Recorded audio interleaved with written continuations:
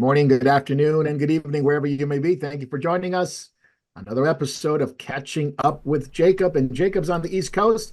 Jacob Prash, how you doing today? I'm doing well. Blessings in Jesus from the Sunshine State of Florida. Wonderful to be with you. Let's see what the Lord is saying this week to us and to everyone. Amen. Great blessing to have you, Jacob, on the East Coast. And David, you're not too far from Jacob. Yeah, on the other side of the house. So it's beautiful down here in Florida, and we're enjoying it. We have a meeting tonight and a private meeting, and then tomorrow we have a meeting at a community center not too far. That is on the website, the address and time, and then also next week you can check the website. We're going to be in Southern Florida next weekend. So, All right, yeah, we'll come back to that in a moment. Just want to introduce everybody before we make announcements. Jay, how you doing, brother? I'm doing well. I'm here to press buttons and to make snide remarks. Well, glad you could do that, and we're happy that you can. Davey, good morning. Saturday morning in Australia. How are you? Yeah, pretty good. Thanks. Good to be here with you guys. Amen. Thank you, brother. Yes. So, what David was talking about, he is, if you go to the Memorial website, memorial.org, the itinerary section, there's all the meetings. David, you said today is private, tomorrow and Sunday, it's on the website. And next week, you're going to be in Southern Florida. What city in Southern Florida? Davie, down near Miami. It's I All think right. it's on a university. Yeah, Dade County. All right. Very good. Miami. Yeah. Well, a lot of family members of mine live there or around the area. Hopefully So they I've come. never met. Yeah, some of them never met, but a lot of Cubans, Venezuelans, Nicaragua, you name it, Puerto Ricans, Dominicans. We have to have a Spanish one out there, so that's really what we need to do next Yes. time. So, Yeah. looking for it. But Jacob, you haven't been down there in quite some time, haven't you? Down to Southern Florida? I have not. I have not been in Southern Florida for quite some time. I mean, I've been to Southern Florida many times, but not in recent years. And I'm looking forward to being in Miami-Dade at the university.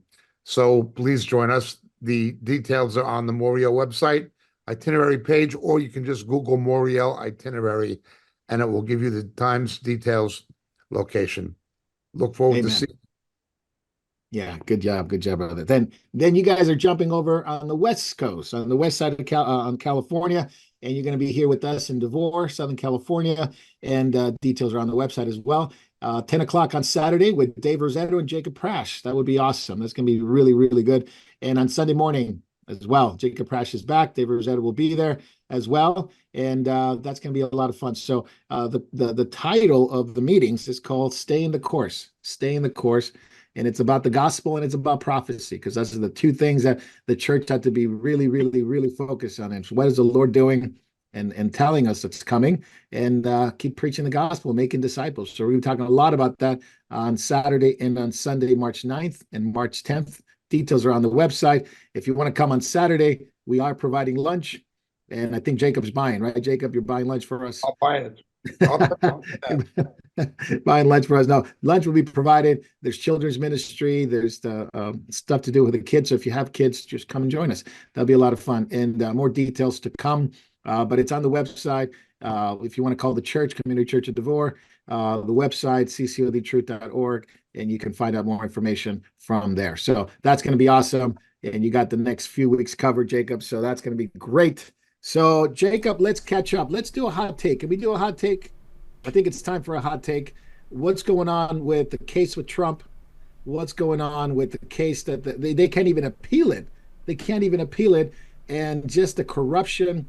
And like we've said here, it's not just about him, but if they could do that to him, they could do that to pretty much anybody, you and I, whoever. So, Jacob Prince, go ahead. A politicized criminal justice system. That's what you've got.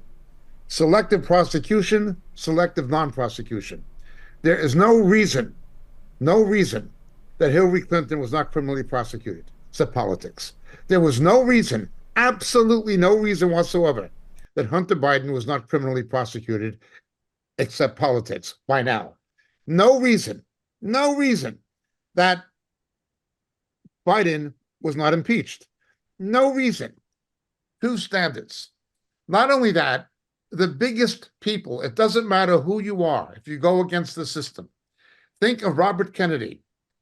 His family name is an icon in the Democratic Party. They're denying him Secret Service protection, despite the fact that his father and his uncle were both assassinated in the most famous political assassinations in American, if not human history. Just politically decided. Dr. Robert Malone, the patriarch, the pioneer of biogenetic engineering using messenger RNA, they just sequestered him, put a lid on this Nobel laureate who invented mRNA technology. Just put a lid on him because of what he said about COVID. It doesn't matter who you are, they can stop anybody. They can stop a billionaire like Donald Trump. Letitia James ran for office with a political agenda, not a legal agenda to fight crime. She's not interested in fighting crime, apparently. She's interested in bringing down Donald Trump, and she stated that when she ran for political office. Then you have a liberal judge with obvious bias, now trying to deny appeal and saying if you don't pay the $353 million within 30 days, we're going to move for seizure of assets if Letitia James wants it. Why is that woman not up for disbarment? Why is that judge not being removed from the bench? It is all corrupt. Democracy is an illusion. It is not even real anymore. It is gone. The court system is a political organ. The FBI is a political organ. The Justice Department is, again, the Department of Injustice. The FBI is nothing more than the Federal Bureau of Intimidation. It is gone. We are no longer living in a democracy, in effect. That is the reality. Can it be recaptured? That's a question. But the battle is not primarily political. It is spiritual. As we've been saying for years, as we've been warning for more than 20 years, democracy is evaporating. It is under attack. And the reason it is evaporating and disappearing in Australia, in New Zealand, in Canada, in Great Britain, in the United States, in all of the Protestant democracies, especially the English-speaking ones, most notably. The reason it's happening is that we have rejected the Judeo-Christian principles upon which it is predicated. The idea that our laws come from God, not from men, not from politicians, not from corrupt governments, is being attacked. They're calling you a religious extremist and a dangerous right-wing nationalist if you believe human rights come from God. And they're actually saying this and getting away with it. There is no justice. There's only injustice.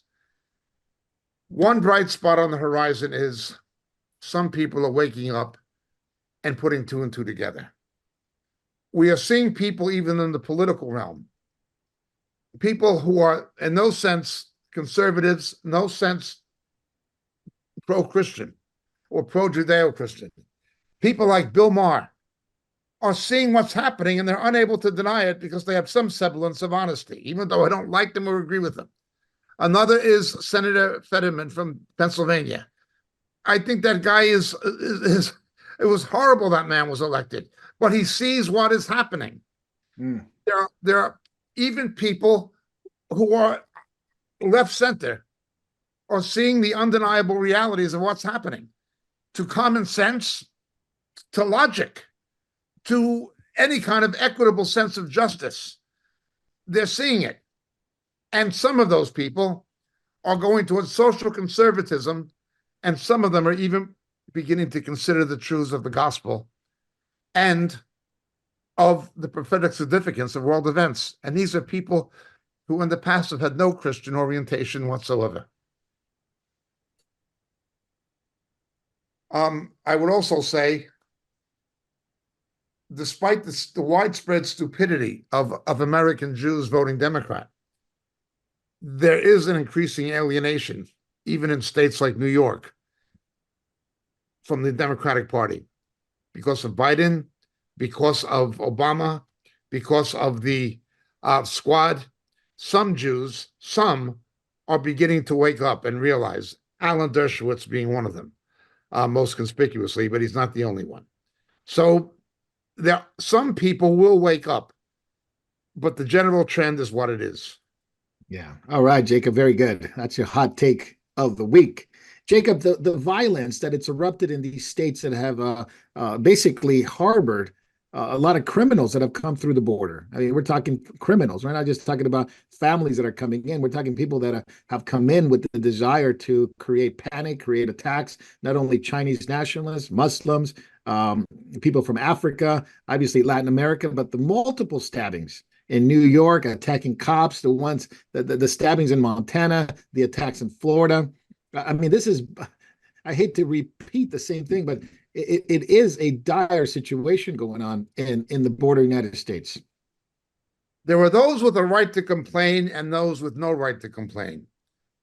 People who have not voted for these agendas have every right to complain and to be up in arms and to realize they cannot trust government, that government no longer represents them. They have every right to realize that, as Victor David Hansen said, Barack Obama was the architect of this chaos. Absolutely right. He's right. He and the stupid people who voted for him. Okay, they reap what they sow. The decline in standard of living and family income for Black families, 98% of them voted for him. If you're Black and you're poorer than you were before Biden was president or before Obama was president, that's what you voted for. Don't look for any sympathy. Don't whinge about anybody. It's what you voted for. Jews who are seeing themselves and afraid to send their kids to university campuses. Seriously. Yeah, it's a mess. If you're a stupid enough Jew to vote Democrat, I'm sorry what's happening to your kids, but if you and they voted Democrat, that's what you voted for. You have no right to whinge. No right to whinge whatsoever. If you were a California liberal who gets raped in front of your house by an illegal immigrant, well, I don't agree with it, but you have no right to complain. It's what you voted for. You're only reaping what you sowed. It's what you chose. It's what you chose. This goes for Jews, goes for students, goes for Blacks, goes for suburban liberal voting housewives. It's what you voted for. Stop complaining. You got what you wanted. Now, you're going to come to your senses, or you're going to keep digging your own grave? Well, many of them are going to continue digging their own grave. You know, it's ironic. I want to say it was comical, but to see Schumer complaining about what the Jews are going through for many years, he was the architect of trying to get New York to be a sanctuary state to bring any Muslim, any person, anyone coming in. But now they're sort of waving the white flag and said, this is not what we signed up for. That goes for Gillibrand, that goes for Schumer. A lot of the senators are absolutely insane in what their policies have been. That's correct. That is absolutely correct. And yet, Jacob, cases like, well, let's talk about the one in Indiana, the Catholic family, right? That is being targeted by the government. The government doesn't go after criminals, but they go after a family who has I believe is a son, and I don't know if it's a son or a daughter, but it's their child taken away from them because they won't call them by their I guess preferred pronoun. This is a red state. This is even happening in a red state. Now, if it can happen in a red state, it can certainly happen in a blue one. Understand, social services in many states, even red ones, are saturated with homosexuals and lesbians. They are there to represent that bias. They're in the school system. They're in social services. They're in the prosecution, in the district attorney's offices and prosecution services in some states. But they're certainly in schools, and they're in the education system, and they're certainly in the teachers' unions, and they are certainly in social services.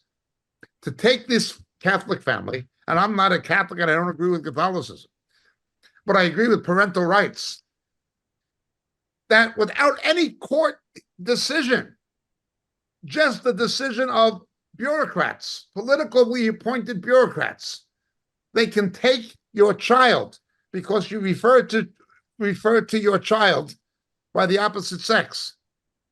And then they tried to say, well, no, it's because of an eating disorder. What did they do? Lock them in a room and starve them? Many children have eating disorders. There are teenage girls who are borderline anorexia because they're trying to mimic pop singers that they see on That's MTV. right. You know what I'm saying? It's a parental family responsibility. The health of children is first and foremostly the responsibility of the parents. You can't show any criminal neglect. They couldn't show any criminal neglect. There was not even a court procedure. There was not even a That's hearing. right. It was just corrupt bureaucrats who are going to burn in hell. And I have no sympathy for them anymore. I would hope they repent as a Christian, but when they burn in hell, they have already lit the fire. That's what it says in Romans. Let them burn. Yeah, this is a Cox family, and it's a son. There's a son, and he struggled with his sexuality. Now, it was reported probably by the school. I think David talked about that. It's probably by the school who reported it, and now it went. The child was removed. It was upheld by the Indiana court, and now hopefully they go to the Supreme Court. But cases like this, Jacob, it's incredibly infuriating. This is to be absolutely upset. It was the bureaucrat who did it, not a court. Just the court upheld it. Now it's under the court appeal. upheld it. Yeah, the court upheld it. That's right. So, Now that judge should be removed from the bench. Yeah, no, I agree. At the very least. And it's in Indiana, too, of all places, a much more conservative state. Yes. Much more conservative. It's like it's like Montana and stuff like that. If it happened there, imagine in New York, imagine in California. This is and there's threats already against parents that if you don't, this is another one of the dilemmas you see. The American Midwest was originally settled by the French. If you look to this day, there's a Roman Catholic influence all the way from New Orleans and Baton Rouge up the Mississippi, all the way to Detroit is a French name. Terre Haute, Indiana is a French name. These cities even have French names. You know, Dubuque, Iowa, and things like this. Des Moines, Iowa. Louisville, Kentucky. You know, St. Louis. These are all French. You have a high Roman Catholic population in a state like Indiana, Notre Dame University, and things of that nature. So Catholics have a sanitized version of what Jews face. They tended to be Democrat voters, but now they're caught in a moral dilemma. Just look at Kennedy, Irish Catholic. He's caught in a dilemma. He sees what's become of the Democratic Party. No, I know it's becoming a real mess. David, what do you think of this case? I mean, you would think of this case in maybe New York or California, but in Indiana, but this is part and parcel of the school system, the society, the media, and kids get confused. They push them along with that. Now, removal from their home, removal from parents. Yeah, it's Indiana has Indianapolis, which has liberal pockets. You know, most of the red is around the rural areas, okay, the smaller town. So you have these liberal judges. I don't know if they elect their judges there like they do in Pennsylvania. And so we have liberal judges in Pennsylvania in the cities, but not in the rural areas. So you have that divide. So you get these guys that without a law, a bureaucrat can do this job and that's crazy. Yeah, this is unbelievable. Fortunately, there is a ruling coming by the Supreme Court that could rule that the laws that are passed by the lawmakers cannot be written by the bureaucrats, because the bureaucrats that they have in are generally Democrat, extremely liberal in Washington, and they just write them like they want, and what they end up doing, bureaucracy kills democracy. And so hopefully the Supreme Court will overrule that they can do that, and then a lot of rules can be undone that could maybe reestablish some freedom back to America and back to their families. But what I think we need is what's worse than this is that there could have been a person that took that child and took it to Oregon or Washington to have transsexual operation. Yeah, the surgery. We need, like in the 30s, we had the Mann Act, which if a man took a woman across the state border for illicit reasons to have sex, things like this, you could be prosecuted with a felony. We need a national act that if a person takes without permission a child across the border for transsexual reasons, that's a felony. That's right. But those states, Washington, Oregon, allow that to happen. They'll take them and hide them from their parents and allow the operation.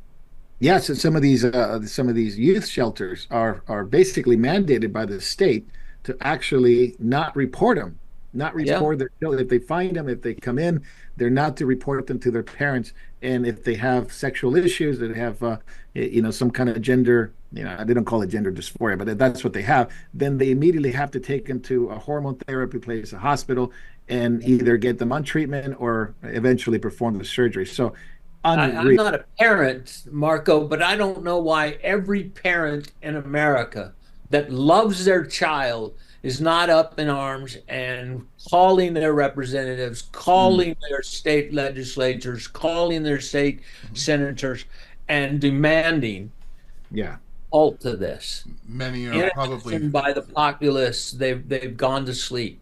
Pick up a phone, call them, and start demanding that your child is protected by the parent. That's right. Jay, go ahead. I think many, unfortunately, are probably scared of being called a homophobe.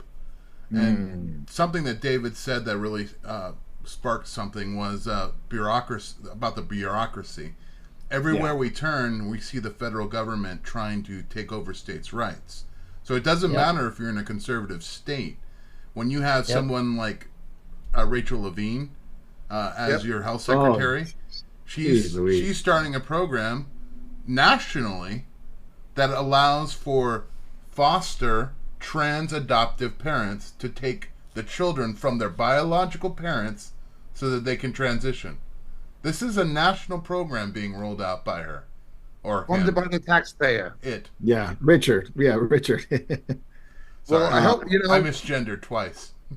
How will Richard not spend eternity in the lake of fire? They can mock it now, but he's not going to mock it when he's there. Yeah, it just seems like this whole administration, one of the most deviant administrations that I've ever seen. It just promotes this I mean, even Obama's administration, as crazy as they were, they did not take it this far. But now, of course, Obama's administration was back in, and now they're taking it to the logical conclusion what was going to happen. I remember, Jay, if you remember 2014, I remember talking to Jacob about 2014 when they basically legalized gay marriage. And we talked about it. The Supreme Court ruled on it. Obama lit up the White House and it says, you know what's coming? It's going to be transgenderism. I remember Jacob talking about it. It is going to be an onslaught of evil against children because they won't stop. And we may particularly thank Ronald Reagan for appointing Sandra Day O'Connor to the Supreme Court because she wrote the court's decision outlawing the Texas anti-sodomy laws. That opened the door for the avalanche that followed it. Thank you, Ronald Reagan. And thank you, naive Christians who think the Republican Party is some kind of a salvation for America. Well, look at Roberts. And we talked about, Marco, opening the door once that's gone, once that homosexual marriage comes in, that any type of marriage should come in because now there's no line. Yeah, it's blurred. We now see programs on television. Get me a sister wife. We see the explosion in Utah and places of 50,000 fundamental polygamous marriages. It's just exploding, and people marrying animals and farm animals. That is correct. Every sort of immorality and deviancy known to man. And now I seen one the other day. A woman married an AI image. Yep. You know, more than 25 years ago, possibly maybe 28 years ago, in Britain, but I said it in America, but it was first in Britain, 28 years ago. I said, look at first century Rome. The normalization of homosexuality and bisexuality is socially and culturally normative. Pedophilia, socially accepted. And then you're going to see bestiality, socially accepted. These things are going to happen. Obviously, the fundamentalist Mormons and maybe even the mainstream Mormons will revert to their traditional polytheism, polyamory. I mean, the polygamy. Yeah. Polytheism. No, Polygamy. polygamy and polyany. Polyany. Yeah, yeah. Polyamory. And Yeah, then of course, the Bush family and people like this will do anything the Muslims want. So you're going to have the CAIR pushing for multiple marriages of Muslims, or Olmert marrying her brother.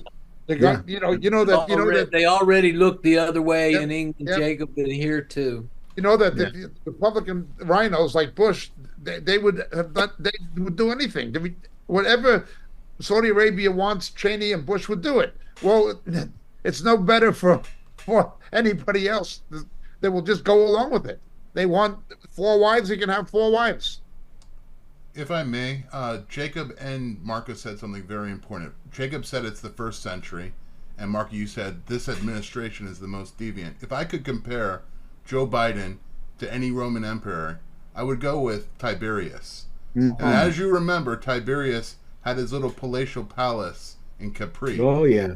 Yep. Yeah. And that reminds me exactly of all the things that Joe Biden is accused of. Remember, the Emperor Tiberius had his little fish. Well, Joe likes to smell little children and women's hair.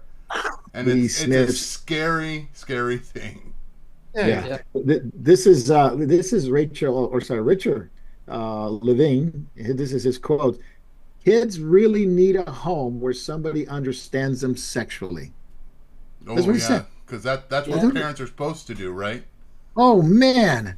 If some guy said that about my kid, let's just say, I can't say it in the air, but they would be absolutely done. That somebody needs, who's going to understand him sexually? You, Richard? You got to understand him sexually? This is by far the most deviant. I didn't even know what his title is. Assistant Secretary of Health. Secretary. And Biden promoted, made him a 4-star admiral.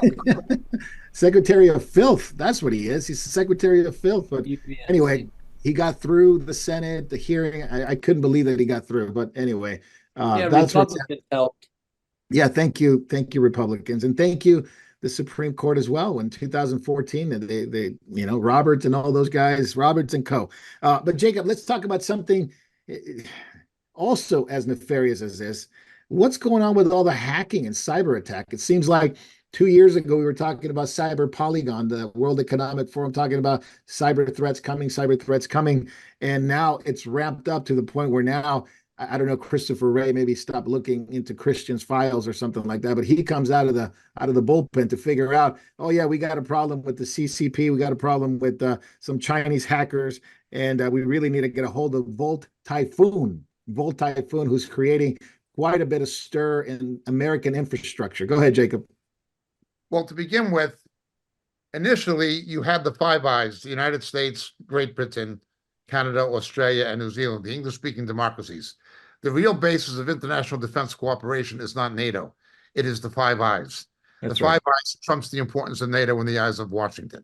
Okay? It's Pine Bluffs in Australia. It's Cheltenham, England. It's Cyprus. It's Fort Meade, Maryland. That is the basis of the Five Eyes. Okay. The British have GCHQ, the Americans have the NSA. Now, one of the things that happened, the first thing that has happened is the NSA, instead of focusing on what it is supposed to focus on, was focusing on being the deep state and spying on Americans. It was diverted away from watching our enemies to the extent they should have, to watching us. Parents of children that don't want their kids sexualized. Yeah. Part of the attack on democracy. Okay, that was the first. Then you had the Stuxnet. The Israelis and Americans cooperated against Iran, introduced a virus for the computer programs being used in atomic weapons development in Iran. It was the CIA, NSA, and it was the Israelis together. Okay, remember, a lot of American high-tech companies outsource their R&D to Israel, to Israeli companies, or even a lot of the Israeli companies, in fact, are owned by American companies in Silicon Valley, and this involves defense contracts. It's not really publicly talked about too much, but there certainly has been cooperation between the American intelligence community and Israel in this area of cyber intelligence. Well, in response to that, you have China, Russia, and Iran aligning. They are cooperating against the West. That's They right. have their version of the Five Eyes under development. And they particularly, of course, hate the fact that America cooperated with Israel against Iran and possibly China and Russia. Well, they certainly did against Russia. They have built their equivalent.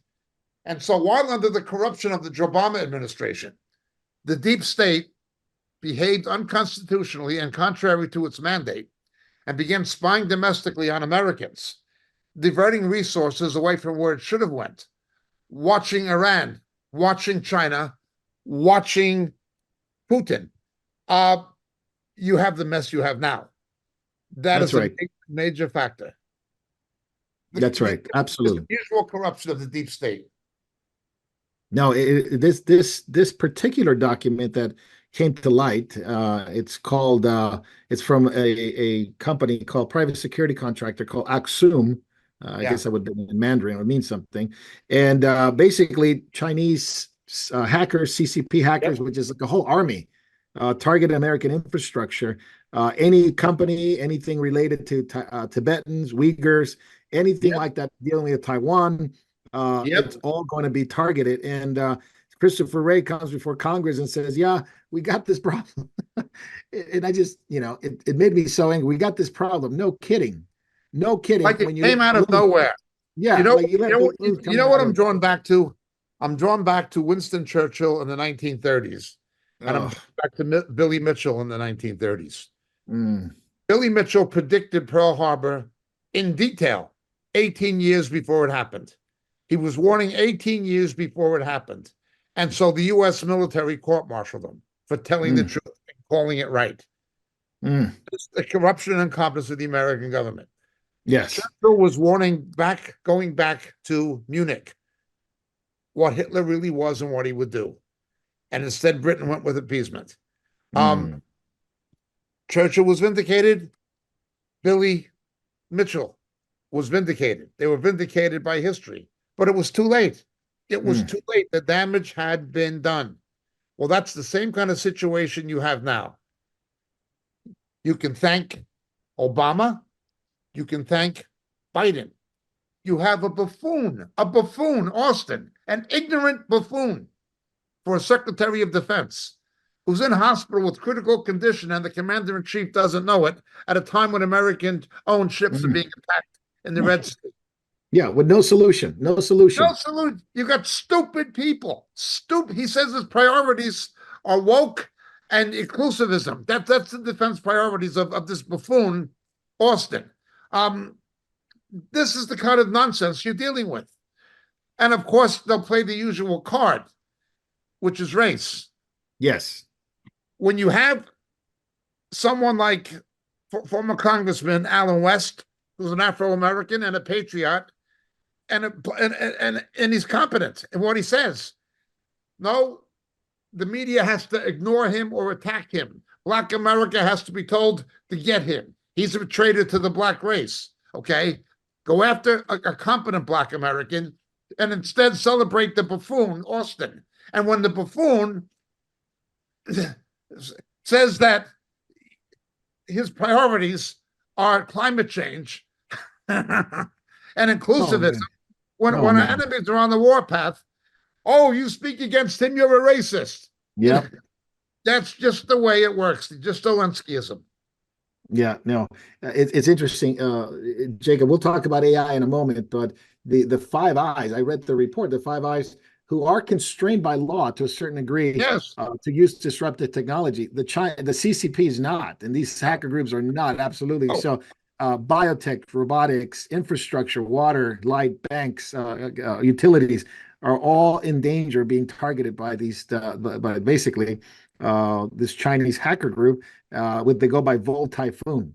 And Jacob, do you think that's what happened with AT&T? You had that problem yesterday? I'd be surprised if it wasn't a factor in what happened yesterday. Unbelievable. I was in I the mean, that was airport in Atlanta. Atlanta Airport, Hartfield, terrible airport, is America's largest airport. America's largest airport. There was pandemonium among people unable in this kind of clinic. People were Nobody could having call to anybody. people were having to go back and get tickets and stuff oh to get home. man. It was quite the time. But look, we have an incompetent Biden that can't even make it up the stairs on a plane versus Putin, who is flying supersonic nuclear planes Yeah. and kind of knows what he's doing. Now, I'm not lauding him, but it's quite the comparison of leadership that we have Mm. right now. From the head down, our government is sick and incompetent. Mm. No, 100%, 100%. It was pretty massive. I remember getting my phone, and I have AT&T, and it said SOS. I couldn't call. I couldn't just send a text message. I have little kids, and I'm wondering, like, man, if something like that happened, people have to have some kind of recourse. Now, obviously, most people have cell phones. Most people have satellite, you use satellites and things like that. All that infrastructure can go very, very easily down the drain if something like that happened. And emergency services experiencing issues. It was really bad. And Homeland Security is investigating, but it's pretty simple to know. Look, the CCP saying they have hackers. Volt Typhoon is hacking, and yet you have to investigate. How much do you have to investigate? This is the U.S. is really under, in my opinion, the judgment of God because of all the things that we have allowed. As Jacob talked about it earlier, the abandonment of the Judeo-Christian faith, the gospel, the belief in Christ and his church, and that this is the way that God is going to work in the world. That's complete. That they're persecuting believers. They're arresting parents. Look at this family in Indiana. Obviously, they're not getting them for their faith specifically, but that is what's going on in America. And I could see this horrible situation happening, and it's a war of AIs because it's the AIs that they're using in Volt Typhoon, the Chinese hackers, and then the Five Eyes are trying to counteract their attacks with AI. So it's an AI war that most people don't, I couldn't really understand it to the degree of, technological advancements in AI. And we'll get to AI in a moment because There's that's something else, Marco, pretty because of crazy. the advanced applications of AI technology, the advancements just technologically, just in the basic technology itself is going to be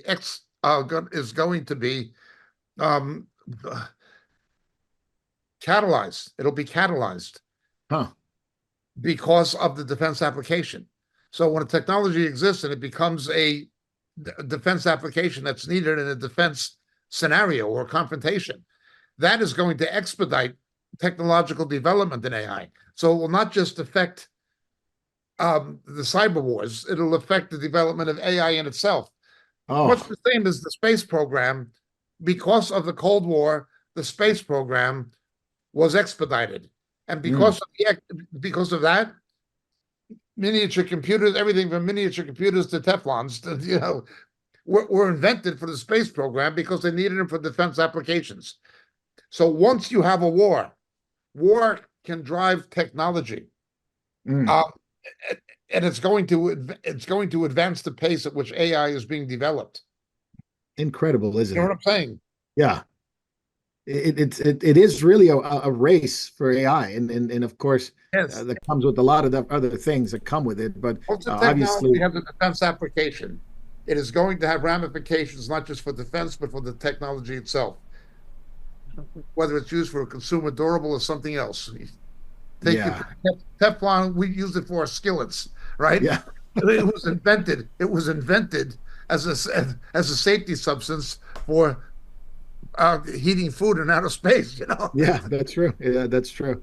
Now, Marco, I don't mean to go ahead. Tout me. I'm an old-fashioned guy, but I printed all my tickets. I have a folder of everything.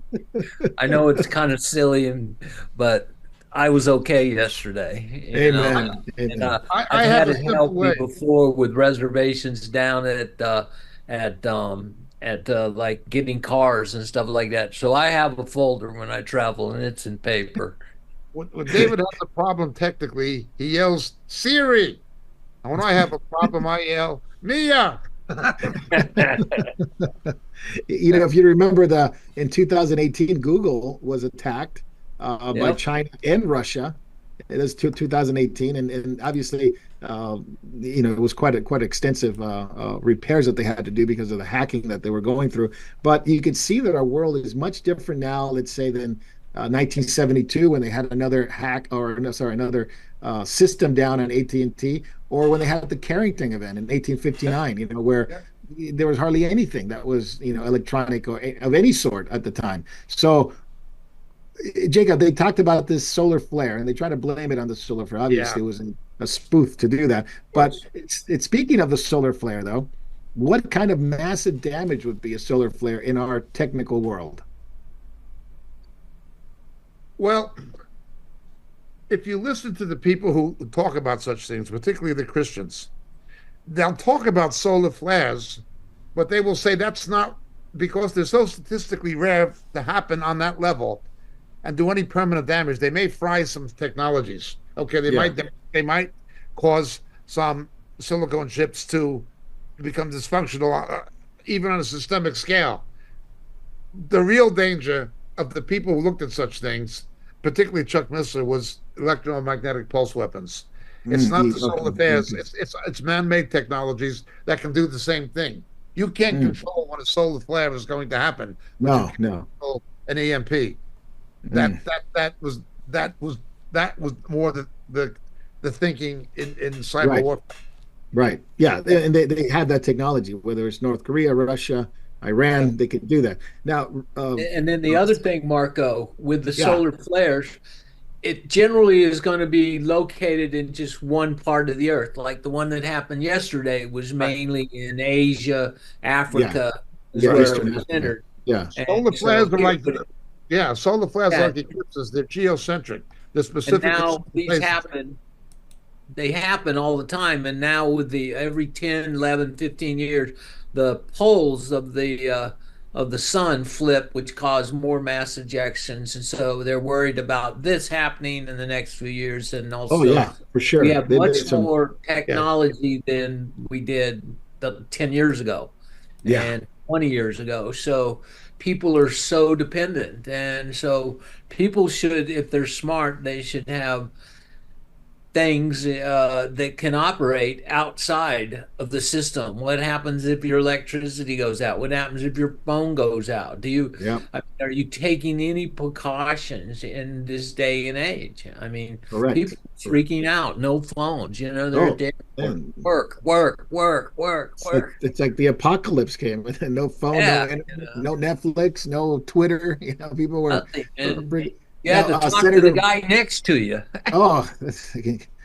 Who could do that now? Senator Rubio comes out and he's just warning 100 times worse than any AT&T outage. He says if the cyber attack continues by the Chinese revolt typhoon, and he says it's not just going to be your phone, it's going to be your water, it's going to be your power, it's going to be your bank.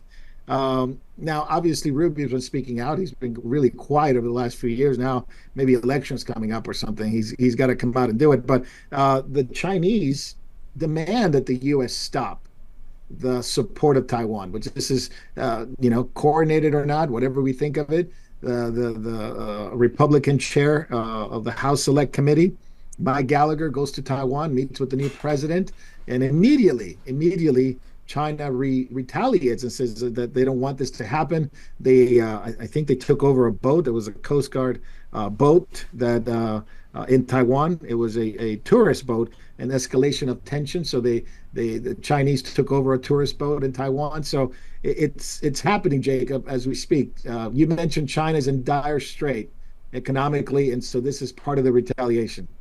Part of another thing, Marco, is they're doing this in the Philippines. They're doing provocative things against the Filipino islands and against their fishing vessels, and even did you hear that they were poisoning some of the water there so the fishermen couldn't fish? Yeah, it's crazy. They were, what they're objecting to. Coast Guard was trying to deliver supplies to a Filipino ship, and they came in and bumped them and was harassing them. So they want to control everything, you know? Yeah. You look what China is doing. What China is doing is reacting to American and generally Western, but particularly American reaction to their own aggression. What they're doing in the South China Sea. They lied to the world, as they always lie. They lie about everything, the Olympics and so forth. They lie about everything. But they lied and they said that those islands that they were expanding, those coral islands they were expanding, were not going to be used for military purposes. They lied. Then they make territorial claims on international waters, claimed by a half dozen nations. Okay? But then if you react to it, if you react to what they're doing, despite its potential threat to international navigation, and the fishing rights of the countries around the South China Sea and mineral exploitation rights of other countries. If you react to what they're doing, then they are up in arms and they hit the roof. How dare you react to our aggression? Typical That's what they say. But again, the first person who should be taken out and held accountable is Bill Clinton. Didn't they sell? I mean, back in the 90s, they sold us this technology to China. $500,000 campaign contribution gave them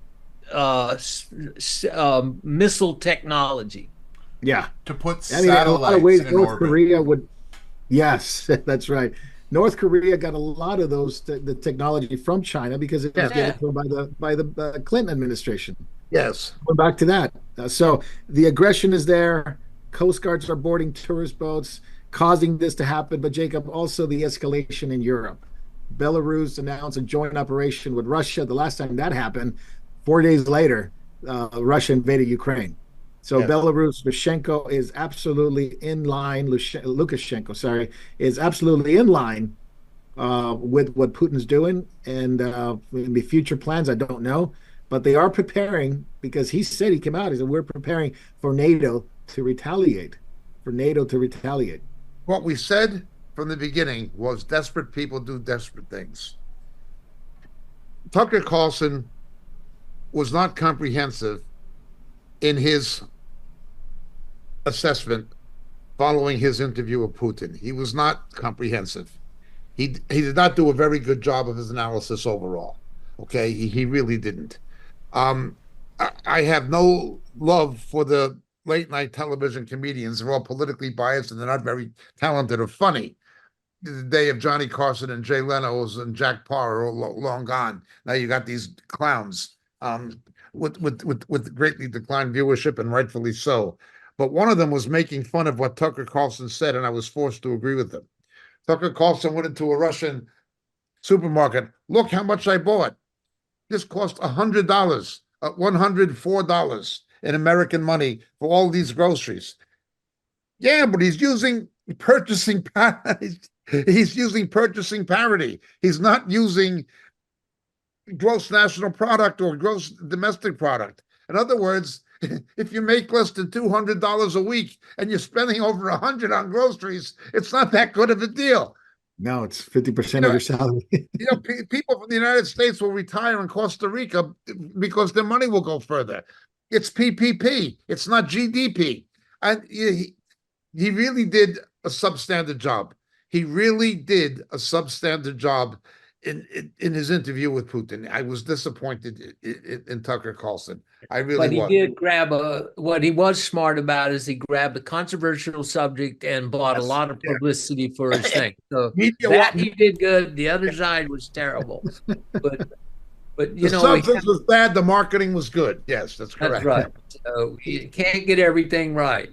You know, speaking of that, I mean, every journalist should be trying to interview the opposition and try to figure out who these guys are and what they're doing. But none of them do that. That's like the one crime that you cannot do. You can't be a journalist anymore. Correct. You have the growth. The Russian economy is growing, according to the IMF, faster than the Western economies. Bearing in mind, Germany and Japan and England, Great Britain, are all in recession. Yes. They're having a 2.5% growth. But what they're not telling you is it's because they've shifted to a wartime economy. It's being paid for by depletion of their foreign currency reserves, and it's being paid for with inflation. The ruble's worth a penny. They're not telling you the long-term the actual impact on the economy of Russia, even short term, much less the long term, where this defense production is not going to make Russia anything. They're just, oh, Russia has a higher GDP, higher growth in GDP than Europe. Yeah, but it's a wartime economy. Look at the reality of it. Where are they getting the money? Printing it? Or depleting their foreign currency reserves? Again, it's just not. It's not good.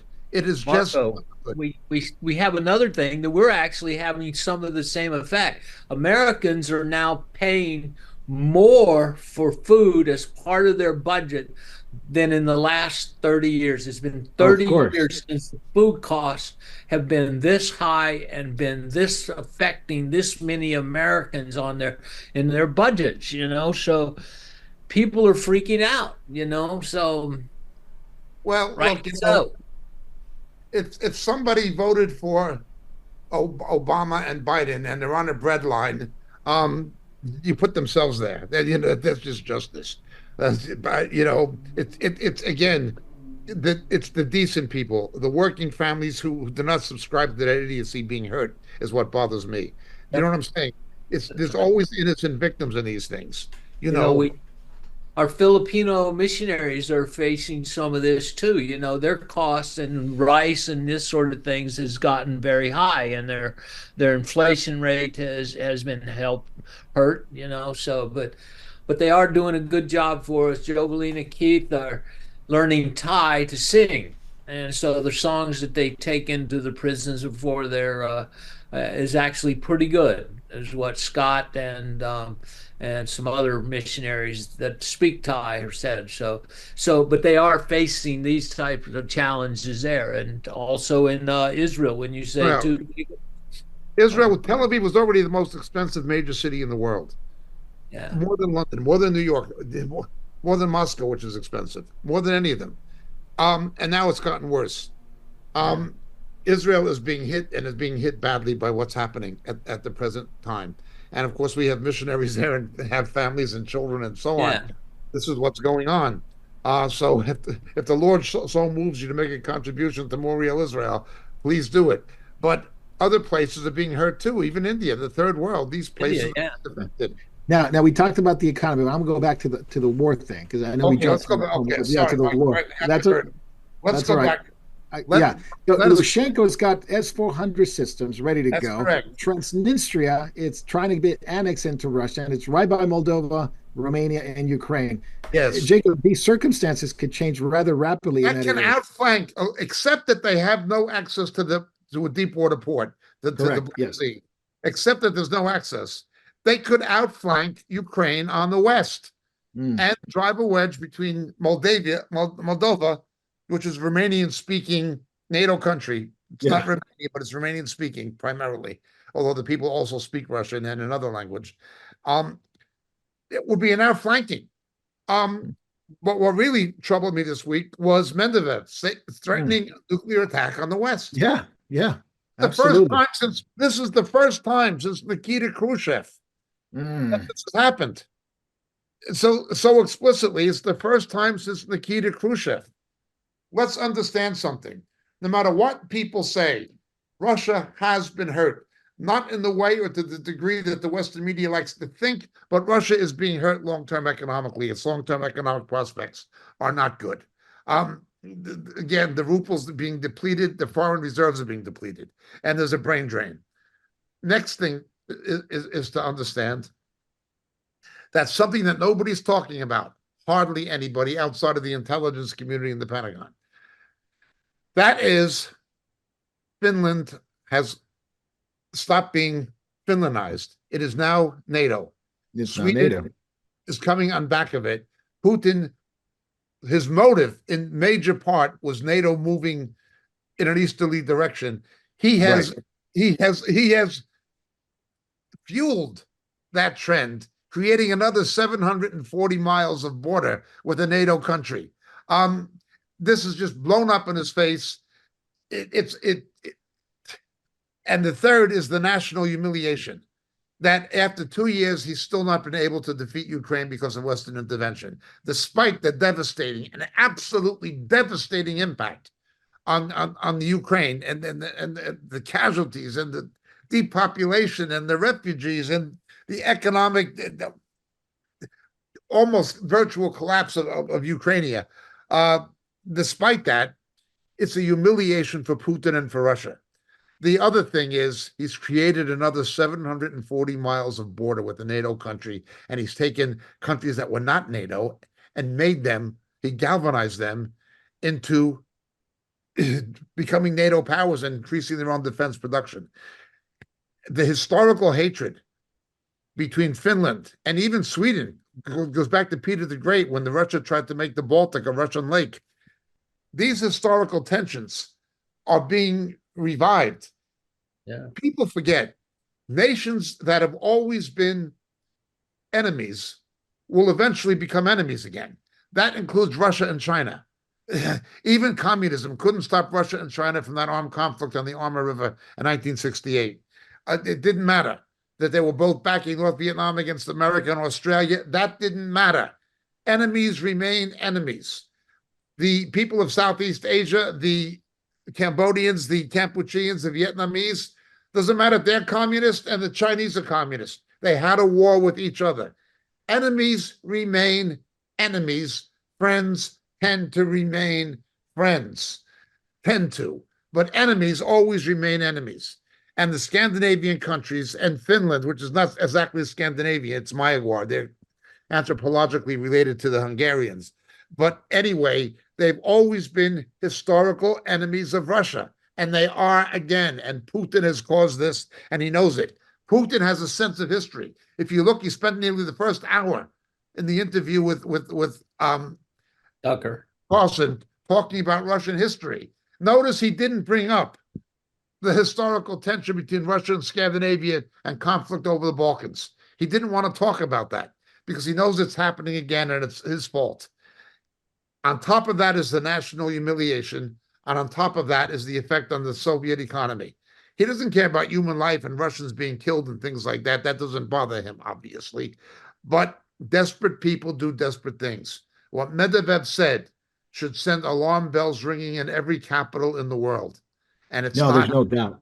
The media is underreporting it.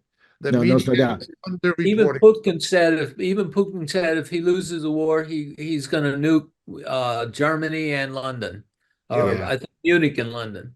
Yeah, this is NATO Chief Stoltenberg. The F-16s that were given to Ukraine by the West will target outside of Ukraine. This is escalating as we speak, because although the F-16 is not stealthy, they can still have the S-400 and S-500 missile system can detect them and take them off. This is again the NATO response to what Russia's doing. So either side, Jacob, either side, David, there's only one type of that's gonna, if you're gonna win this war, unfortunately, and it's what Medvedev said, it's gonna be nuclear. Whoever's gonna win this is gonna be nuclear. Only the F-35 and F-22 can outmaneuver the S-400 and S-500. That's right. Well, plus certain cruise missiles can go under their radar. Yeah, it is. I'm talking about fighter. We're talking about fighter planes here. Yeah, fighters. Yeah, but first they would send in jammers, and then they would send in the missiles. What about Iran? Iran sending hundreds of ballistic missiles to Russia, though, because now we got other countries involved. Yeah, not only ballistic missiles, but drones. Yes, drone technology. Yeah, that was earlier. Yeah, Iran is the number one supplier of drones to Russia, not Russia. It's interesting. So again, that adds to the national humiliation. Countries like Iran and North Korea used to be the customers of Russia for armaments. Now Russia is the customer of Iran and North Korea. Well, it kind of tells you something else too, Jacob, how basically the world has changed. The Middle East has become much more, if you want to call it that way, much more powder keg. And now you got big time players with big time war and military power there. As the West aids Ukraine, the Middle East is aiding Russia. And now you have several players involved. Something more fundamental. During the Vietnam War, the American government took back or bought back Phantom jets, F-4s, from Iran, from the shore. The Americans sold them to Iran, but needed them for Vietnam, so they actually bought these F-4s back for the U.S. Air Force. But they were American jets. They were American technology. Russia is buying Korean technology and Persian technology. I mean, it tells you via China technology. Yeah, Chinese technology. China technology. Chinese technology. Yeah, the other thing, which is stolen American technology. The other thing is they tried to make play leapfrog, so they come out with a hypersonic missile. Now the Americans have it. The Americans can make a hypersonic missile in 6 months, a prototype in 6 months, and have one working in a year to a year and a half. Now, you know what I'm saying? It's just escalated. It's all It's just yes. Jacob, what do you think of Zelensky going on interview with Bret Baier saying, "Hey, I invite Trump, I invite Congress to come to Ukraine, see what's going on, to let them see, I should say." My interpretation should secure his aid, but to see the tragedy of Russia, the Russian invasion, weird stuff, isn't it? Not appealing to Biden, but it does show that he suspects that Biden or the Democrats might not win the election. Yeah, that's crazy. President. Right, he's looking out for his own interest. Right. Yeah, I mean, the growing contingency in the Republican lawmakers that they don't want to fund any more than the billions of dollars that they've gone to Ukraine, because it's been a slush fund for the Democratic Party and a slush fund for Zelensky and his corrupt officials. So he sees the writing on the wall and he wants to secure that. I thought it was interesting, though. I mean, of all people, appealing to Trump when he says he could have stopped the war a long time ago. Yes. Well, you got to remember, Trump has his finger on some of the people that want to be reelected representative and things like that. They're pro-Trump. So he's trying to do that. But I think if he was to go visit Zelensky and everything, the Democrats would probably bring him up. I forget the name of the act, but there's an act that if you're a private citizen, I know that a lot of the Biden administration, Obama administration violated it when Kerry talked to Iran, but that act, they could give him more political trouble. So I think he'll be careful in what he does. Is it Morgan Act or something like that? It's something like that. I don't know. We can look it up real quick. But Jacob, I showed you the brochure that was passed around in Sweden. I wish we could ask some of our brothers in Sweden about it. It was basically war's coming, prepare, an emergency preparedness brochure. And the country's issuing that brochure to, make sure the cyber attacks, if there's a war, if there's, defense issues, call this number, get water. I mean, this is not the only country that has done this. This is, again, Germany, Belgium, France. But it does show something. It does show that they anticipate that Trump might win the election. Yeah. Because you either pay your share, minimum 2% of GDP on defense, or don't count on us anymore. And they're afraid that Trump would decouple from NATO unless they paid for their own defense. So they're coughing it up now. They're increasing their own defense spending. Yeah, but I think they've got to do it because they see Russia as a real threat here. Yep. But of course, the Democrats are saying, not looking at that, they're just saying, you see, Trump is trying to destroy NATO and remove America from NATO and let Putin have it. All he's saying is, if you want to be our ally, pay your fair share in the alliance. That's right. Get in line. But the way the media and Biden are lying is just unbelievable. All right, so we hit our hour mark already, so just wanted to make sure everybody knows and welcome them. If they're watching, if they caught us live, if they're catching us once the episode is up and running on YouTube, we want to welcome in the name of the Lord. We are catching up, and Jacob's here, Dave is here, Jay's here, Davey's here, and we want to make sure we continue. We will be going on backstage in a few minutes, and we'll be tackling an interesting subject, which is the way the media is portraying Christian nationalists, what other people are saying, and surprisingly, people you never thought possible are actually talking about Jesus and his return, and never even thought that they actually think that way. And we've got some interesting opinions about it. So we'll play that at the end on backstage, but we won't be on YouTube or Facebook for backstage. So you have to jump to the other platforms. So if you're on Rumble, you can send the questions in. We got great questions, and that's going to be at the end on backstage. We got the questions. So if you want to send questions in, actually, this might sound funny, but I'm not trying to discourage questions, but there's so many questions already that it's going to take such a long time to get through them. So be patient with us, please. If you don't mind, be patient with us. Jacob can only handle 300 questions a day. That's his max. No, I'm kidding. But we can only question so many questions at a time. So I know Marco, people. we might Yes, have sir. to do a special edition of backstage questions. Oh, backstage questions, yeah. Or an AMA, ask me anything. We'll ask Jacob his favorite lunch. What would you have on Christmas morning? This is what's Jewish rye Jacob's with favorite recipe? pastrami and Yeah. Is it pastrami and rye or just pastrami and wheat? Jewish rye. Yeah, those kind of questions. Well, anyway, it's about lunchtime. We're getting hungry. What's that? I ate some pastrami on Jewish rye yesterday. It was really good. Hey, there we go. All right. Well, we're getting hungry, so we got to get Jacob out to lunch in a minute. But we got to continue. Jacob, this U.S. intelligence. This is the weirdest article that I read. U.S. intelligence about the possibility of Putin putting a nuclear weapon on orbit. This is from the Five Eyes, the European allies, the Five Eyes, the English-speaking allies, that there might be testing a nuclear weapon, putting it on orbit, and detonating it. Now, they're divided whether Putin would actually do it, but based on Medvedev's statements, you can possibly see that they could, if they're desperate enough. So this is a space war. And denial of these weapons existing was one time a big thing. Now it's pretty much admitted now that these two weapons do exist. There's also the problem of orbital instability. There have been satellites that have crashed. There have been space shuttles that have crashed. There have been things like this where the debris has fallen to Earth. If you have nuclear debris falling to Earth, you've got a problem. Enough fissionable material.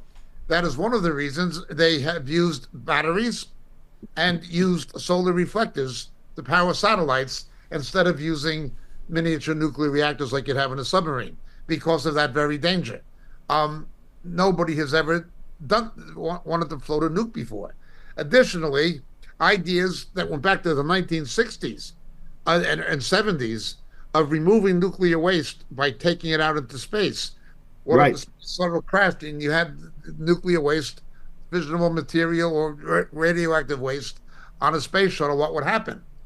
Now, this policy, simply because of the fear of a crash or some kind of orbital instability or a disaster on takeoff that have happened,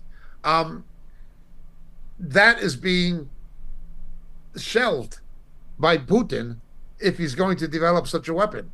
If you put something that is nuclear, and it's a weapon, it's not just a nuclear generator, it's not just a reactor, it's a weapon.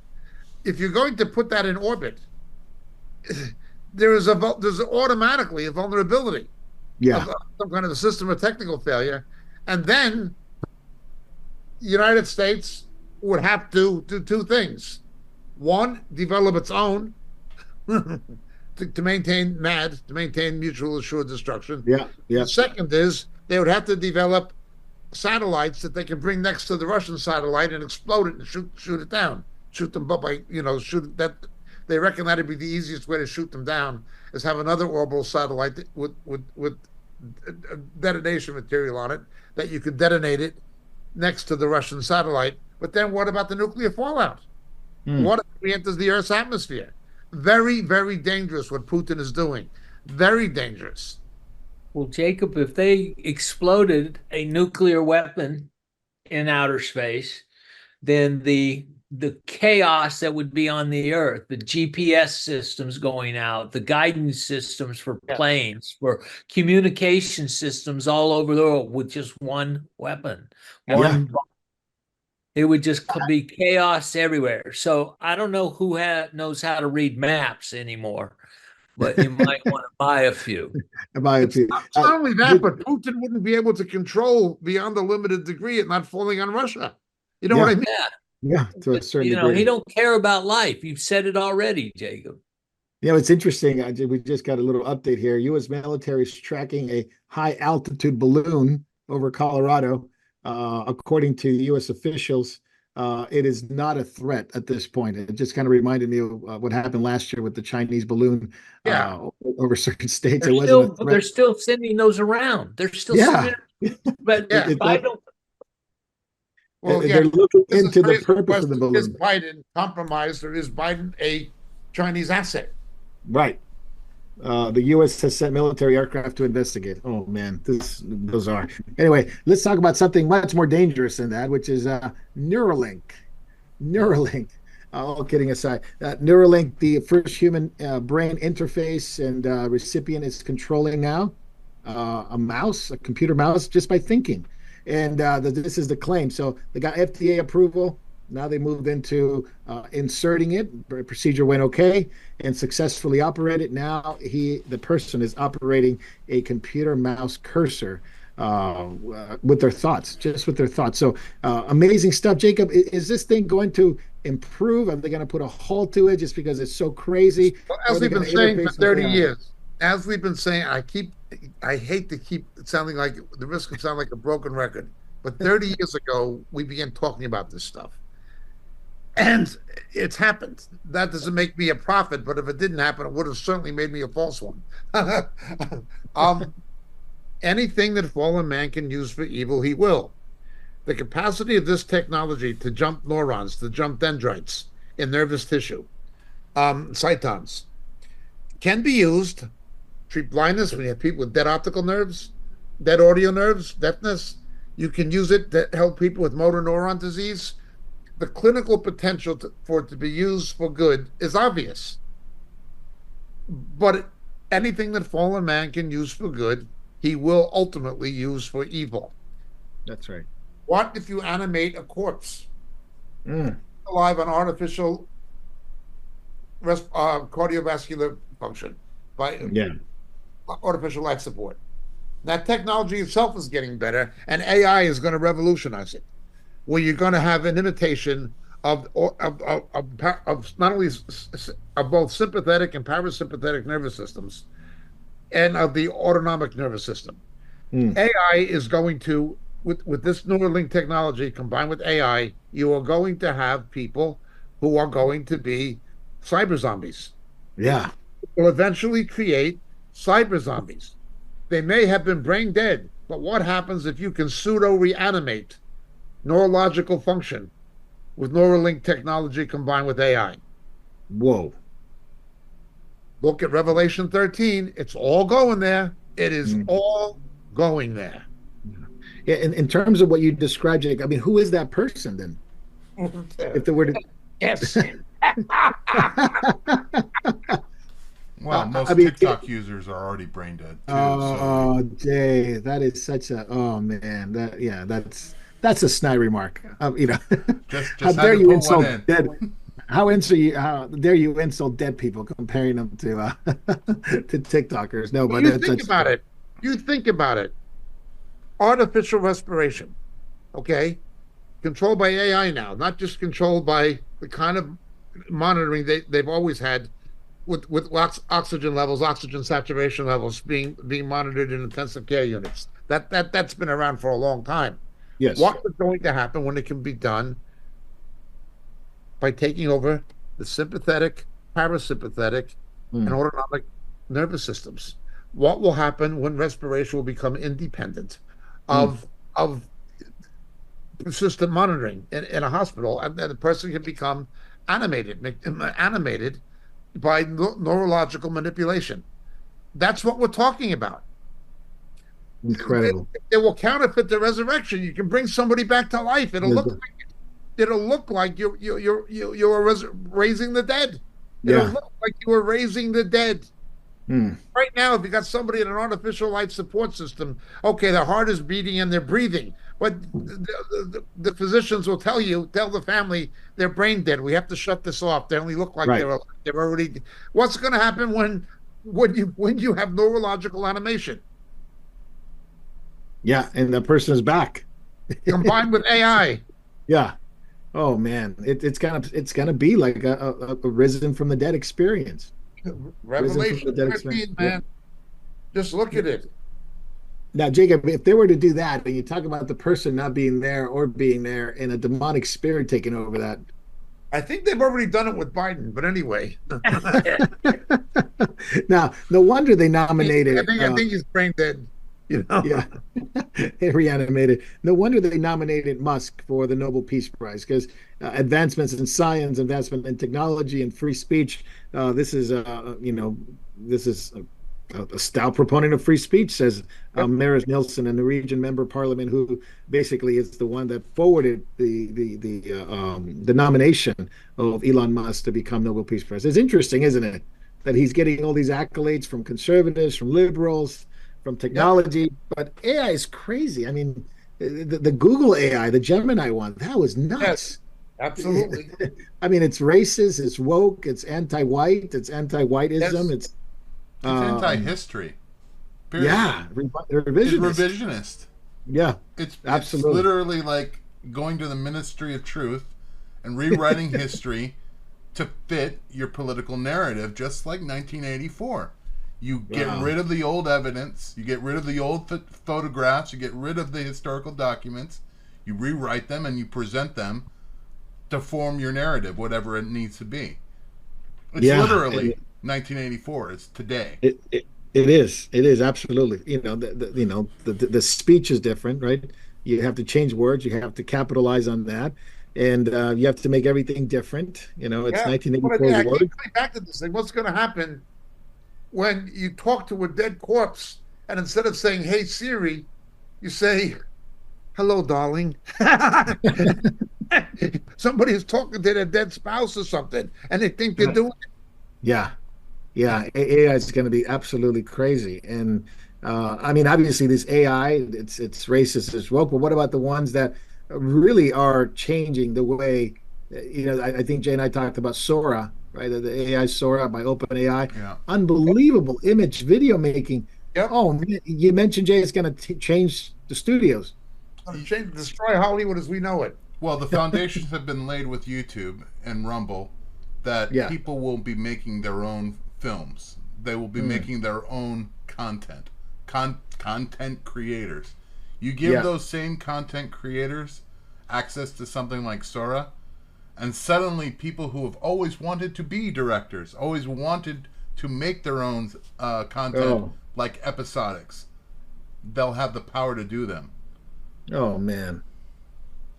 But so, I mean, it's powerful. I mean, it is expensive, probably very expensive to run, but very powerful in terms of what it can do. Yep. Yeah, I was impressed. I was just impressed by just what I saw and what I was able to see. But when talking to you about what they're going to do with Hollywood and the studios there, I mean, man, that is going to be a That one game with the changer. guy walking through the market in the winter with In cherry Tokyo, blossom yeah. blossoming in the winter time. Yeah, Yeah. It looks so real. yeah. I mean, you can sort of create your own reality. Yep. You just sort of create your own reality. Oh, I want to do this, and this is what's happening with relationships, right? I would talk about Jay. These guys that are becoming lonely and desperate, and they go get AI girlfriends. I think David brought it That's up right. earlier. And you create your own reality. I want to go out with whoever, boom, boom, boom, boom, and I want to be seen with whoever. And you put it out, and there you are, walking along with your favorite, I guess your favorite AI girlfriend. Yeah. your favorite AI girlfriend. If I may real quickly go back and connect some dots. So Yeah. imagine Sora being able to interface with something like Neuralink, where suddenly you don't even need to use a An text interface. prompt. You think Yeah. it, and it is. Yeah, that's where it's going. You got 100% right, 100% right, and you're gonna want to do it because Who doesn't want to dopamine, create all their those- own reality? Yeah, but it'll have this reward system, where you're just gonna be in this world to create, what Jacob's been saying, to create your own reality through video game, Be your images, own God. be Yeah. your own right. god. You can become anything you want. Yeah. Look, Yeah. remember we warned about virtual simulators 25, 30 years ago? Yeah, unbelievable, isn't it? Marco, can I bring up AI and jobs? Yeah. Let's finish that off real quick, and then we'll move on to Israel, and we'll be done with the episode. Go ahead. Okay. Well, this past week in Mumbai, India, there was a big AI conference, and if you're familiar with India's call center servicing sector, which they pioneered. It's a $250 billion business. It's works in a lot in there in India, as well as in the Philippines, Malaysia, some other places where English is taught, or even in other languages from Europe. They use so the prime minister had said, "Oh, AI is not going to." Last year said AI is not going to cost us any jobs because we're going to retrain people along the way. But now this year he's saying it's going to cost lots of jobs. So Yep. the tune has changed, Mm. and this is going to affect a lot of people in the business. You're either going to have to make yourself more important and understand AI and other things. But if you're just doing repetitive tasks, they can be taken over by, Mm. or if you're compiling data, you can be replaced by a machine. And trust me, anybody that owns a business in this sector that could use a machine instead of human labor, they'll do in a minute. Yeah, that's why in California they're trying to make these outrageous, I think there's some assemblyman and congressmen that $50 an hour, $20 an hour minimum wage. I'm like, that's never going to work because companies won't really ever hire anybody for that. If they do ever hire, it'll be temporarily and they'll be replacing it with robotics and AI. Yeah. I mean, isn't McDonald's already doing that, replacing people? Kiosks are taking people at the register, taking away their jobs, and then you also have robotics that are being used to cook now. In fact, yes, LA has their first, I believe it's no human being, as far as they have a flippy robot that flips the burger. They have another robot that creates the fries, and they have a self-service kiosk where you press your order, it comes out. And they have robots that now serve drinks and serve food in restaurants. If you haven't seen those, they come to your table, they deliver your drink, and go back, and they give you a little wink and a smile. there is one good thing about this. You can actually yell at the IAI for the robot for messing up your order, and it won't hurt its feelings. Oh man, yeah. Plus, you don't have to tip. You don't have to tip them. Nope. Oh, they'll ask for it. Trust me. On behalf of the owner.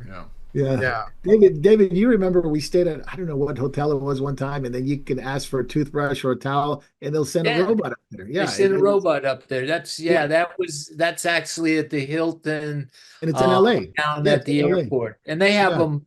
They have them in overseas and they've had them in other Japan places. for a while. Yeah, Japan. You don't have to send anybody up. It comes and then it rings your doorbell or calls you. And then you go to the door, and there's this robot with a little tray that presents you. Let me say this something real quick. You actually find yourself saying thank you to a robot. Yeah, exactly. It's great. No, they have these things. Mark my words, everyone. I say this to everyone who's listening. Mark my words. I don't know if it'll be 10 years or less, or 12 years or 15 years. I don't know when it's coming. But you will not just have AI, you will have double AI, autonomous artificial intelligence.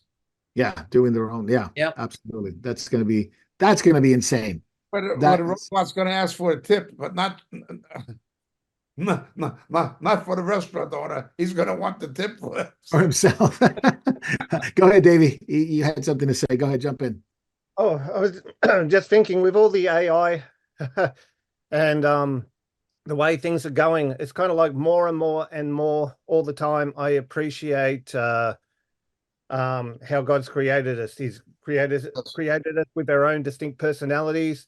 There are things that AI, at least at present, AI is soulless, and even computer-generated imagery lacks something. It lacks something that traditional animation, things like that, have always had. It's kind of like, I kind of like imperfections of humanity coming through in people's work as an artist and that kind of thing. It's an expression of a person. thankfully, at the moment, AI is soulless. I think the dangerous thing is, okay, we have that bit in Revelation where Yep. breath is breathed into the Yep. image.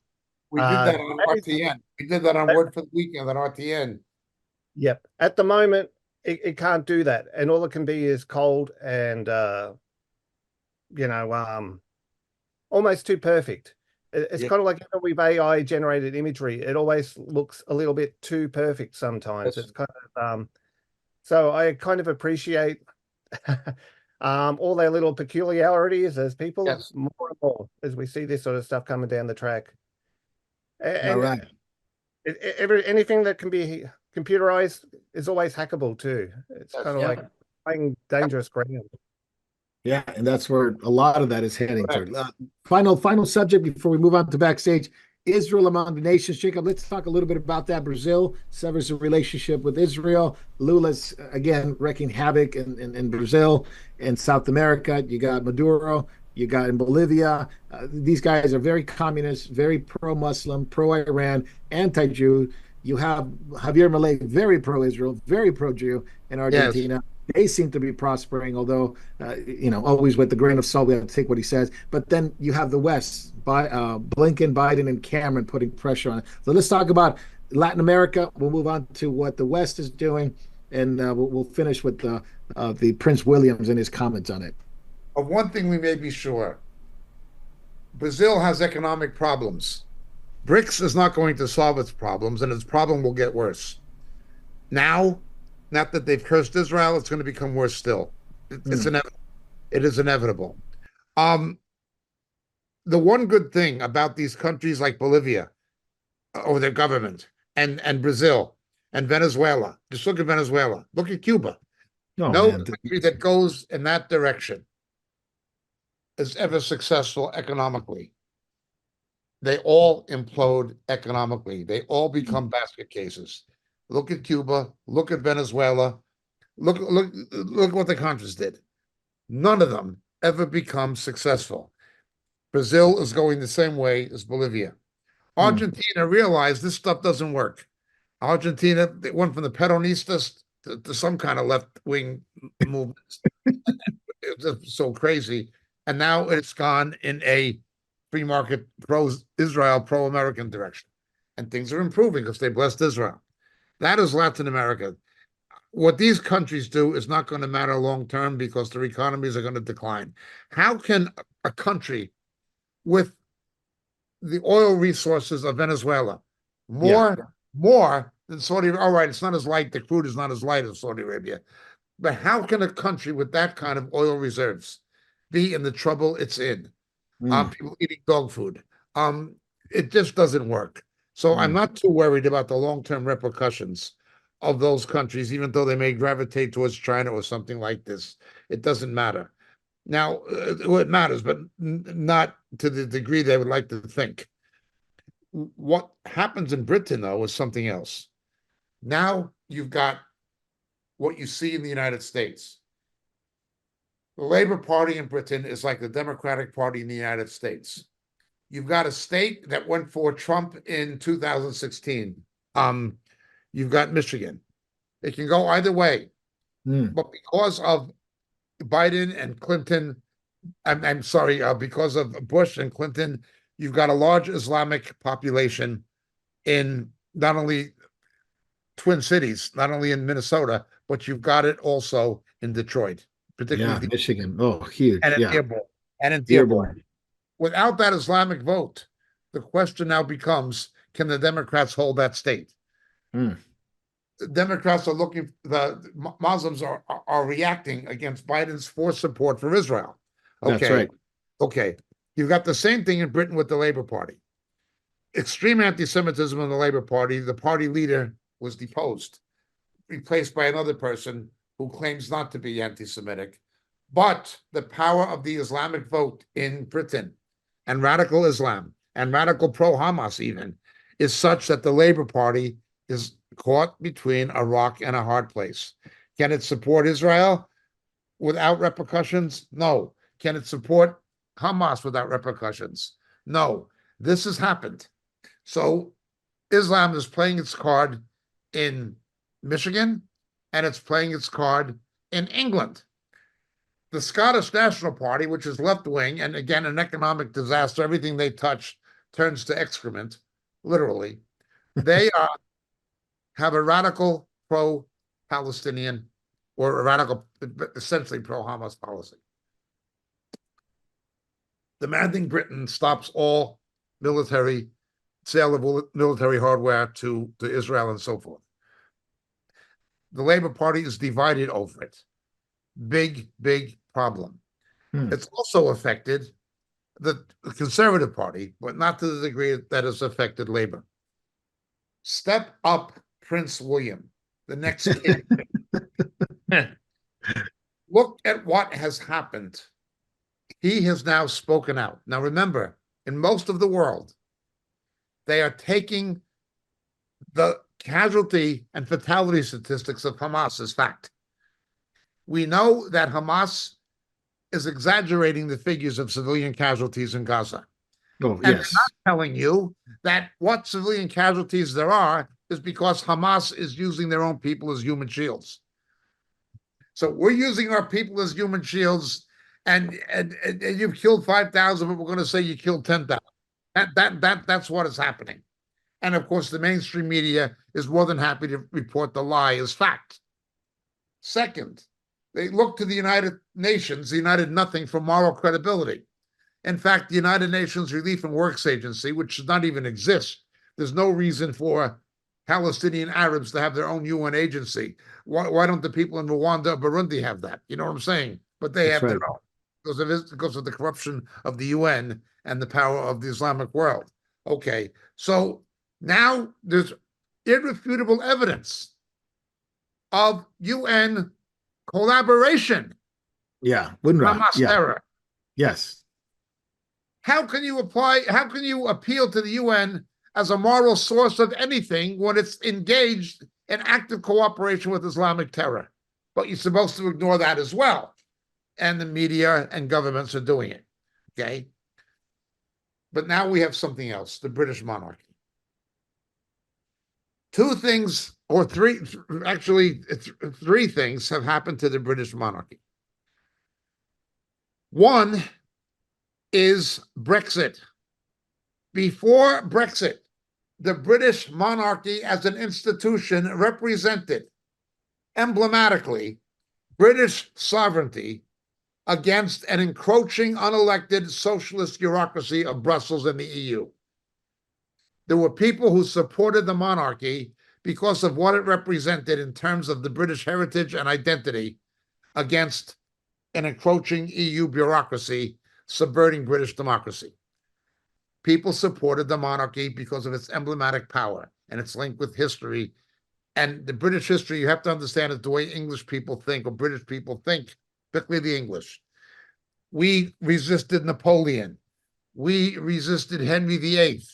We resisted Europe. We always, the Battle of Trafalgar, Lord Nelson, the Spanish Armada, Francis Drake defeating, it was always Britain against the continent. We kept ourselves, and this was the Second World War. Hitler's not going to get us. Napoleon's not going to get us.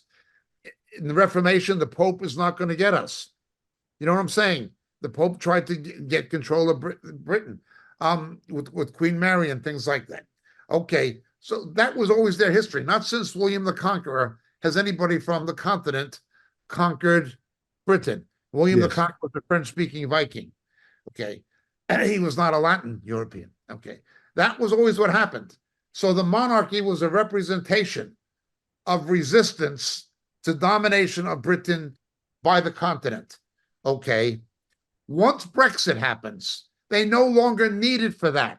It no longer has a valuable political significance of any kind, not even symbolically. Okay, it doesn't represent anything anymore because it has no reason to. British sovereignty is not under threat from Europe anymore. Not in the same way, to the same degree at least. Okay, so the monarchy is not so important. Secondly, Queen Elizabeth was personally respected. This goes back to the fact that she was queen so long. Since 1953, She won the respect of people by the way she conducted herself and the way she ran the monarchy. And she was a princess during the Second World War. You know, her parents were really, again, rallying points for the British nation against Hitler and the Blitz. Okay. And she was the daughter of that. So she was respected. She was even, respected by the Irish, ironically. Interesting. Which does not all the Irish, but a lot of them, they were okay with her. She's gone now. When she died, the respect and integrity of the monarchy died with her. Then you have, oh boy, the death of Princess Diana killed the glamour associated with the monarchy. There's no more glamour associated with the monarchy since Princess Diana died. No more. Camilla, that Charles was apparently committing adultery with, she does not have the glamour. She does not bring the glamour that Princess Diana did to the monarchy. So the glamour is gone, the political significance is gone, and the respect of the monarch personally is gone. Prince Charles does not command the respect his mother did, not even an inch of it. Okay? Then you have the rest of the royal family. Prince Andrew, his brother, was down with Jeffrey Epstein on that island with Bill Clinton with the underage girls. Yes. He's stripped of all of his royal titles and functions, basically. The police were wanting him and questioning in the States. He paid these big lawyers to get himself off the hook, but he's hiding now. He doesn't come out in public anymore. He doesn't function at royal functions anymore. Nothing like that. So that's Prince Andrew's gone. Okay. The Queen's sister is old. She's not really relevant anymore. So then you've got the prince's two sons. Harry and Meghan are a joke in Britain. Nobody respects them. They accused the Queen Elizabeth of being a racist and things like this, which she certainly was not. They were on Oprah and made clowns of themselves in the eyes of not only the British people, but I think of people in a lot of countries. Certainly other Commonwealth countries like Australia, New Zealand, they're not popular figures. They're even ridiculed by the tabloids in Britain and things like this. So Diana's gone, the Queen is gone. We have Brexit now. There's no political relevance to the monarchy. Prince Andrew is morally discredited. His aunt is really old. And you got these two sons, one of whom is married to a grade D Hollywood actress wannabe, who's seen as a bimbo, generally. And she's only half black anyway, but she plays the race card.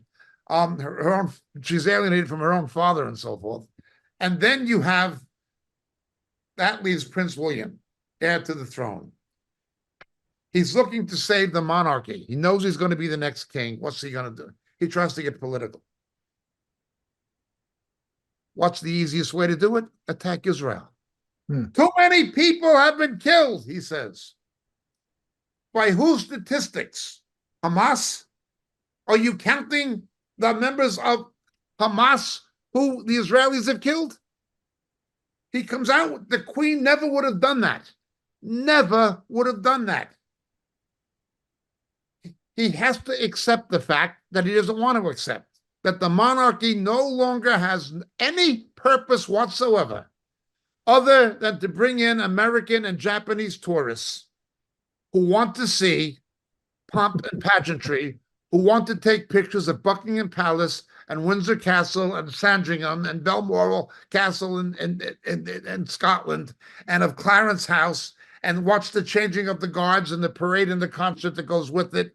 And they want to go to St. James Palace and get the picture taken next to the Grenadier Guard with the bearskin hat and everything like that. And they want to go to the Tower of London to see the crown jewels. It has no other purpose other than it brings in foreign exchange and foreign tourist revenue. That's the only real purpose of the monarchy. It helps the British economy in the sector of tourism. It has no other purpose anymore. The Queen is gone. The glamour is gone with Diana long ago. Okay. Queen Elizabeth, God bless her memory, she was respected, but she's no longer with us. Then you've got her son Andrew, the perv, down with Epstein and them and Clinton and them, the other pervs. Okay, and then you've got Harry and Meghan with Oprah. Okay, attacking the monarchy in the media, and now you've got this other. Now you've got William. That is the situation. Pandering to radical Islam to try to give himself some kind of a meaning or viability, because he's the beneficiary of an institution that, apart from tourism, is otherwise obsolete. It is politically obsolete. Now, there are countries in the world where you've had a lot of political instability, where the monarchy brought a sense of stability that was needed. Example, Thailand, where you have the yellow shirts and the red shirts fighting each other and things like that. The king of Thailand did help bring a national sense of cohesion and stability. The monarchy served a practical purpose, or serves a practical purpose in Thailand to a degree, okay? But that's not the case in England. It no longer has, since Brexit, it no longer has a viable political function. So he needs some way to try to make himself relevant. Well, kick the Jews. That's it. That seems to be always the easiest solution, isn't it? He's a tourist attraction. He's nothing but a tourist attraction. He's a circus, man. He's a subject for the tabloid press. Yeah. When he gets a toothache or something. I think he's not a circus. I think he might be a freak show, actually. Yeah. Bearded lady, yeah. Very good, Jay. No, absolutely. It's become, anyway, there's much to say on that, but it's become such a ridiculous, but it's normal, isn't it? When you have things like that, has-beens and people that don't bear any meaning anymore, the easiest way to do it, to get some publicity, is to attack the Jews. It's similar to churches. It's weird. Churches that have gone ecumenical and pro-LGBT, and they don't matter anymore in terms of the Christian faith. They jump on the anti-Israel, anti-Jew bandwagon. That's really what they do. Of course. It's like the Catholic Church jumping on like the Vatican. illegal immigrant bandwagon. Because people are leaving the Catholic Church or just not attending it, so they bring in people from the third world who still go to church to replace their ranks. I mean, yeah, unreal. I did want to say something before we finish. I just thought about this, Jacob, and this might be a good point to remember. Brazil and the anti-Jewish rhetoric that they're having with the president, Bolivia, Venezuela, Cuba, for a smaller extent, Nicaragua. The population of Brazil is 214 million. It's huge. It's a huge population. Second to the U.S. and Latin America. And the size of it, its size is massive. Massive. Than the rest of South America put together.